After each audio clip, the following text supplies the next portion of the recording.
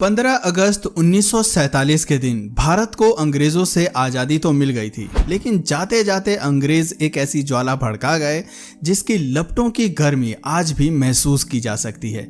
जहां कुछ लोग देश की आज़ादी का जश्न मना रहे थे, वहीं कुछ बंटवारे के दर्द से कराह रहे थे, क्योंकि आज़ादी के ठीक एक दिन पहले संपूर्ण देश दो हिस्सों में बंट गया था, भारत और पाकिस्तान।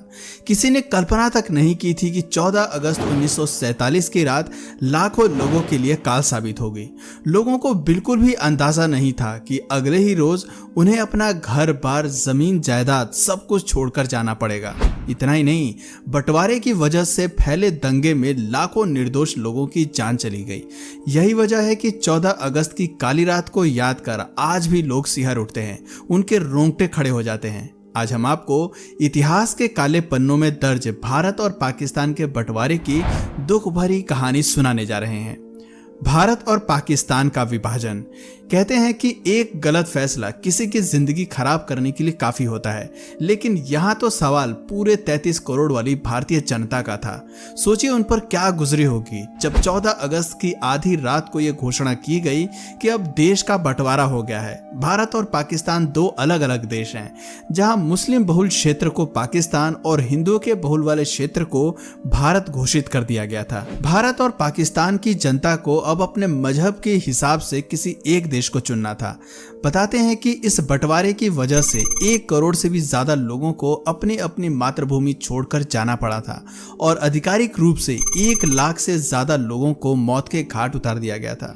लेकिन दोस्तों, ये फैसला सिर्फ दो देशों के बीच खिंची लकीरों तक सीमित नहीं था, बल्कि इसमें एहसासों, भावनाओं और दिलों का बुरी तरह कत्ल हुआ था। लेकिन इसकी किसी को परवाह नहीं थी। आज़ादी के कुछ रोज पहले जो लोग आपस में भाईचारे को बरकरार रखे हुए देश की आज़ादी के लिए एक साथ खड़े थे, वहीं आज़ादी के बाद यही लोग जानी दुश्मन बन गए। एक रिपोर्ट के मुताबिक 1.4 करोड़ लोगों का विस्थापन हुआ था। विभाजन के एकदम बाद 72,26,000 मुसलमान भारत छोड़कर पाकिस्तान चले गए, जबकि 72,49,000 हिंदू और सिख पाकिस्तान छोड़कर भारत लौट आए। महज 60 दिनों के भीतर एक स्थान पर अपनी जिंदगी बिताने वालों को अपना घर, जमीन, दुकान, संपत्ति और खेती तक सब कुछ छोड़कर हिंदुस्तान से पाकिस्तान जाना पड़ा और पाकिस्तान से हिंदुस्तान आना पड़ा। भारत बंटवारे की वजह से कई जगह दंगे भी भड़के थे।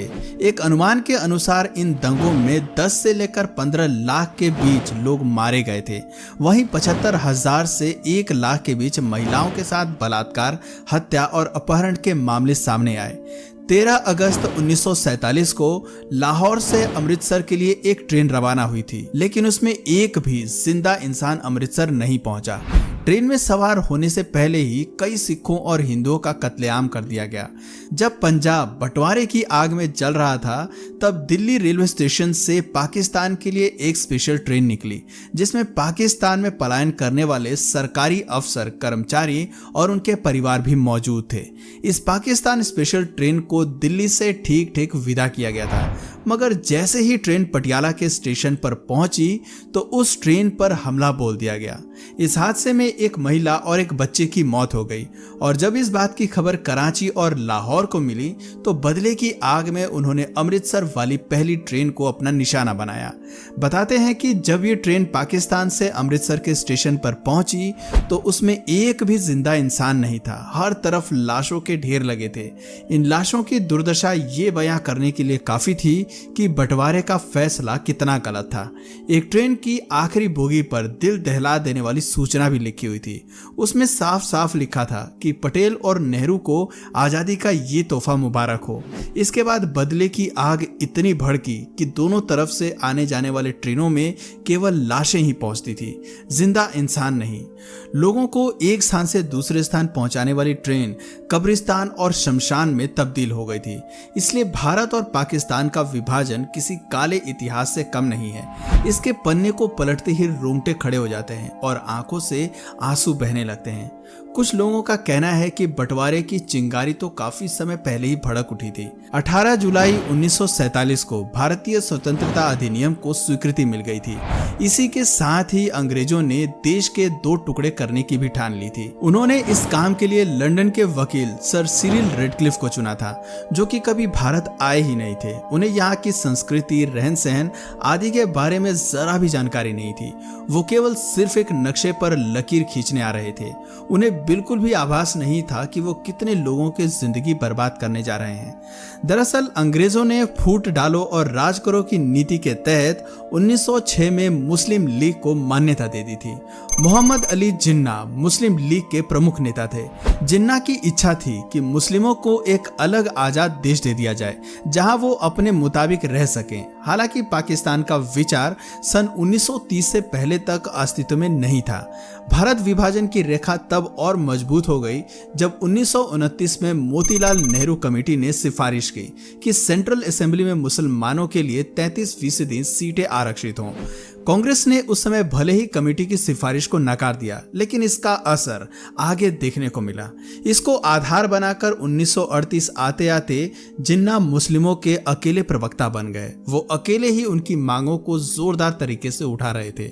वहीं ये भी बातें बताई जाती हैं कि जिन्ना भारत का प्रधानमंत्री भी बनना चाहते थे, लेकिन ऐसा मुमकिन नहीं था। इसलिए उन्होंने पाकिस्तान के निर्माण की मांग की, जहां वो आराम से प्रधानमंत्री बन सके। वहीं दूसरे विश्व युद्ध के बाद आर्थिक मार झेल रही ब्रिटिश सरकार ने माना कि भारत में उपनिवेश बनाए रखना अब उनके लिए फायदे का सौदा नहीं रह गया है। भारत में स्वतंत्रता संग्राम को बढ़ता देख ब्रिटिश सरकार ने जल्द से जल्द यहां से जाने की योजना बनाई। अंग्रेजों ने भारत को तो आजादी दे दी, लेकिन जाते वक्त यहां बंटवारे की आग लगा गए। उन्होंने भारत का बंटवारा कर एक नया राष्ट्र पाकिस्तान बना दिया। आपको जानकर हैरानी होगी कि भारत और पाकिस्तान को बेशक आजादी एक ही दिन मिली थी, लेकिन पाकिस्तान 14 अगस्त 1947 को आजादी का जश्न मनाता है, जबकि भारत में 15 अगस्त को स्वतंत्रता दिवस मनाया जाता है। दोनों देशों के बीच सीमा रेखा का निर्धारण 17 अगस्त 1947 को किया गया था। भले ही विभाजन का फैसला आनन फानन में लिया गया, लेकिन ये कार्य इतना भी आसान नहीं था। इसलिए 2 अनुभवी लोगों को चुना गया, जिसमें HM पटेल और चौधरी मोहम्मद अली शामिल थे। इन दोनों लोगों की विभाजन में अहम भूमिका रही, जबकि इनके नीचे अन्य कई अधिकारी कार्यरत थे। ये लोग अलग अलग इलाकों से रिपोर्ट बनाकर इन्हें भेजते थे और इन्हीं रिपोर्ट्स के आधार पर बंटवारे की सिफारिशें तैयार की जाती थीं। लॉर्ड माउंटबेटन इस पूरे मामले के कर्ता धर्ता थे। शायद आपको मालूम नहीं होगा कि भारत और पाकिस्तान बंटवारे में जन धन, जल और जमीन के बंटवारे के साथ साथ सभी ऑफिसों की कॉपी, किताब, मेज कुर्सी से लेकर टाइपराइटर और पेंसिल तक का बंटवारा हुआ था। ब्रिटिश सरकार की संपत्ति को दोनों देशों के बीच बांटा गया, लेकिन इसे लेकर भी काफी बहस हुई। दरअसल भारत ने शुरुआत में ही पाकिस्तान को 20 करोड़ रुपए की पहली किश्त दे दी थी और 55 करोड़ देने अभी बाकी थे, लेकिन तभी पाकिस्तानी सेना ने कश्मीर पर हमला कर दिया।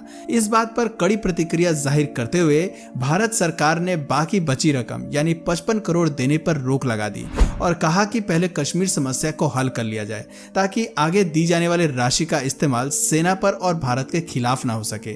लेकिन यहाँ महात्मा गांधी इस निर्णय के पक्ष में नहीं थे। उनका मानना था कि ऐसा करने से दोनों देशों के बीच रिश्ते और खराब हो सकते हैं और अभी अभी आजाद हुए दोनों देशों के बीच के रिश्तों की शुरुआत अच्छी नहीं होगी। गांधी ने सरकार से फौरन पाकिस्तान को शेष राशि देने को कहा। यहाँ तक कि गांधी ने उसी समय ये राशि दिलवाने के लिए अनशन शुरू कर दिया था। जानकारों की माने तो पाकिस्तान को यहाँ अचल संपत्ति का 17.5% हिस्सा मिला था। वहीं भारत का इसमें 82.5% शेयर था। इसमें मुद्रा, सिक्के, postal revenue stamps, gold reserve और RBI के एसेट शामिल थे। चल संपत्ति की बात करें तो यहाँ भी 80 से 20 के अनुपात में विभाजन किया गया था। जहाँ भारत को चल संपत्ति का 80% भाग मिला, वहीं पाकिस्तान के हिस्से में 20% आया था। संपत्ति वस्तुओं में सरकारी टेबल, कुर्सियां, स्टेशनरी, यहाँ तक कि लाइट बल्ब, इंक पॉट्स और ब्लॉटिंग पेपर भी शामिल थे। आपको सुनकर अचंभा होगा कि सरकारी पुस्तकालयों में उपलब्ध पुस्तकों को भी दोनों देशों के बीच विभाजित किया गया था। रेलवे और सड़क विभाजन की संपत्तियों को दोनों देशों के रेलवे और सड़कों के हिसाब से बांटा गया था। खैर, इस तरह बंटवारे के फैसले ने एक हंसते खेलते देश के लोगों के बीच नफरत के बीज ऐसे बोए जो आज तक कायम है। इस बारे में आपकी क्या राय है, हमें नीचे कमेंट सेक्शन में जरूर बताएं। और अगर इस वीडियो से आपको कुछ नया जानने या सीखने को मिला या फिर इंटरेस्टिंग लगा तो प्लीज इस वीडियो को एक लाइक करके अपने फ्रेंड्स और फैमिली में से जरूर शेयर करें। और यदि आप इस चैनल पर नए हैं तो प्लीज इस चैनल को सब्सक्राइब करके बेल नोटिफिकेशन आइकन को ऑन कर लीजिए। मिलते हैं फिर किसी वीडियो में नए टॉपिक के साथ, तब तक के लिए नमस्कार।